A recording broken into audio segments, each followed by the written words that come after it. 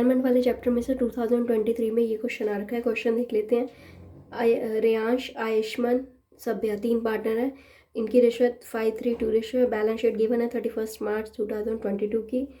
रेयांश जो है first partner वो रिटायर हुआ है अब अपडेट को, and it was agreed that goodwill valuation हुई है रेयांश के रिटायरमेंट के टाइम पे 12 लाख की। आयुष्मान एंड सभ्या का जो फ्यूचर प्रॉफिट शेयरिंग रेशियो है वो 2:3 है। And unrecorded creditors of ₹40,000 will be taken into account. Fourth है आपके debtors of 30,000 will be written off as bad debts. 30,000 के बैड डेप्ट्स और हुए हैं जो रिटर्न ऑफ किए गए हैं। एंड द लास्ट, जितनी भी अमाउंट पेएबल होगी रेयांश को वो ट्रांसफ़र की जाएगी उसकी लोन अमाउंट में। हमने इसमें क्या करना है, नेसेसरी जर्नल एंट्रीज पास करनी है अब for the above transactions in the books of the firm. First entry जो आएगी वो आएगी गुडविल की, रिटायरमेंट के टाइम पे जो उसके रेयांश के रिटायरमेंट के टाइम की जो गुडविल वैल्यूएशन हुई है, रेयांश का गुडविल का शेयर फाइंड आउट करके उसकी अमाउंट कैलकुलेट करके उसको डिस्ट्रीब्यूट करना है ओल्ड पार्टनर्स में।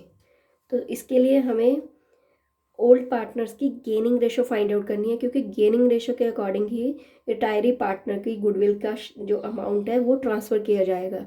वह आयुष्मान और सभ्या की गेनिंग रेशो कैलकुलेट करने का फॉर्मूला है new share minus old share. Ayushman और सभ्या इनका न्यू शेयर रेशो कितना है, 2:3 रेशो है ना, तो 2/5 3/5 2/5 3/5। इसमें से माइनस करनी है ओल्ड रेशो गिवन थी आपको 532, ये आपकी 532, तो 3/10 2/10, इसको माइनस करके आ गया आपका 1/10 4/10। तो गेनिंग रेशो आयुष्मान और सभ्या की आ गई 1:4 के अकॉर्डिंग जितना भी रेयांश का गुडविल का अमाउंट है या शेयर है उसको ट्रांसफ़र करना है। तो टोटल 12 लाख है। रेयांश का अगर देखा जाए, रेयांश के कितना शेयर आएगा 5:10 के अकॉर्डिंग, इसको मल्टीप्लाई करना है हमने 5/10 के साथ, तो आ जाएगा आपका 6 लाख। 6 लाख को डिस्ट्रीब्यूट करना है गेनिंग रेशो में 1:4 में। तो एंट्री आएगी Ayushman capital account debit, Sabhya capital account debit to Reyansh capital account. Narration, adjustment for goodwill in gaining ratio without opening goodwill account. ये थी आपकी फर्स्ट एंट्री। सेकेंड एंट्री आएगी जनरल रिजर्व ट्रांसफ़र करने की। जनरल रिजर्व टोटल कितना है 1,20,000। 1,20,000 को तीनों पार्टनर्स में डिवाइड करना है, उनकी ओल्ड रेशो 5:3 एंट्री आएगी general reserve account debit to Reyansh capital account to Ayushman capital account to Sabhya capital account. Calculate करके आ जाएगा 60,000 36,000 24,000। Narration, general reserve distributed among partners. ये थी आपकी सेकेंड एंट्री। थर्ड एंट्री आएगी अक्यूमुलेटेड लॉसेस की। जैसे ये आपको एसेट साइड दिया गया है प्रॉफिट एंड लॉस अकाउंट का जो बैलेंस है, इसको डिस्ट्रीब्यूट करना है तीनों पार्टनर्स में ओल्ड रेशो के अकॉर्डिंग। एंट्री आएगी Reyansh capital account debit, Ayushman capital account debit, Sabhya capital account debit to profit and loss account. Narration आएगी accumulated losses transfer to by partners in old ratio. 1 lakh है, 1 लाख को डिस्ट्रीब्यूट कर देना है इनकी 5:3 रेशो के अकॉर्डिंग। ये थी आपकी थर्ड एंट्री। साथ के साथ यहाँ पे मार्क्स भी मैंने मेंशन किए गए हैं, इसका आपको हाफ मार्क्स मिलेगा। नेक्स्ट एंट्री आएगी जो अनरिकॉर्डेड क्रेडिटर्स थे 40,000 को रिकॉर्ड नहीं करे थे, इसकी एंट्री होती है रिवैल्यूएशन अकाउंट को डेबिट करना है। जब भी कोई अनरिकॉर्डेड लाइबिलिटी होती है उसकी एंट्री हमेशा आती है कि रिवैल्यूएशन अकाउंट को डेबिट करो और वो लाइबिलिटी को क्रेडिट करना है। Revaluation account debit to sundry creditor account 40,000।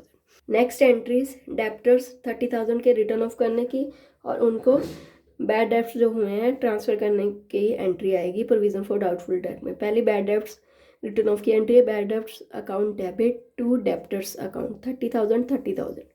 Next entry आएगी जितने बैड डेप्ट्स हुए हैं उनको ट्रांसफ़र करना है हमने प्रोविजन फॉर डाउटफुल डेप्ट्स में एंड रिवैल्यूएशन अकाउंट में। तो एंट्री आएगी इसकी provision for doubtful debts account debit, revaluation account debit to bad debts account.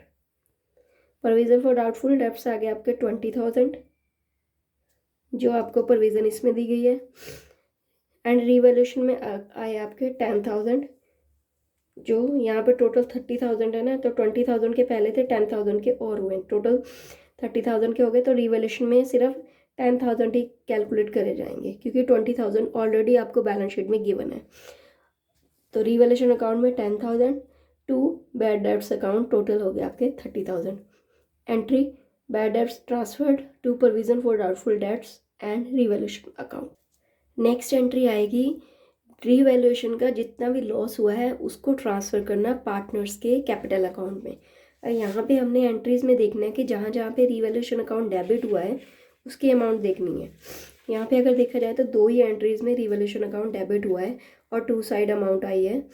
एक तो यहाँ सन्ड्री क्रेडिटर के टाइम पे, एक बैड डेब्ट्स के टाइम पे 40,000 और 10,000, टोटल 50,000।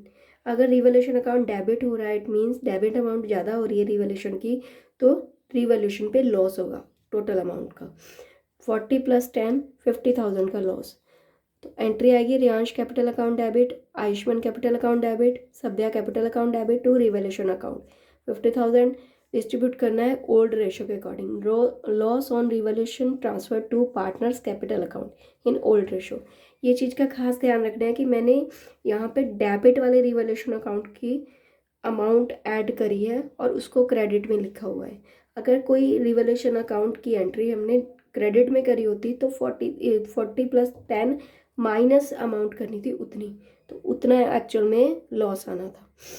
लास्ट एंट्री जितना भी रियांश का अमाउंट ट्रांसफ़र करनी है उसको उसकी लोन अमाउंट में करना है ट्रांसफ़र, तो उसकी एंट्री आएगी Riyansh capital account debit to Riyansh loan account.